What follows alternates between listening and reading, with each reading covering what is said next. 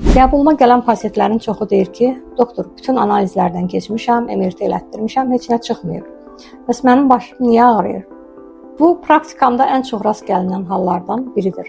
Xəstəni müayinə edən zaman baxıb görürəm ki, xəstənin baş ağrısının əsas səbəbi stressdir. Çünki stress baş ağrılarının əsas səbəblərindən biri ola bilər.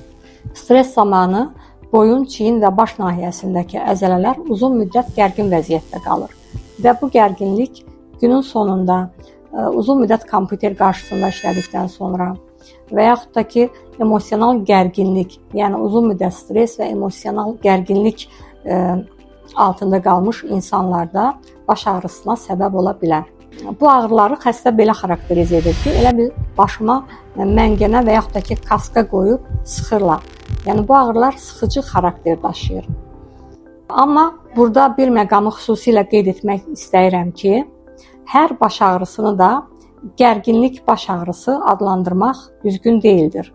Lazım gəldikdə müayinələr aparılmalıdır və əlavə səbəblər istisna olmalıdır. Baş ağrıları, baş gicəllənmə və digər nevroloji şikayətləriniz varsa, nevroloq Dr. Könül Nəcəfliyə müraciət edin.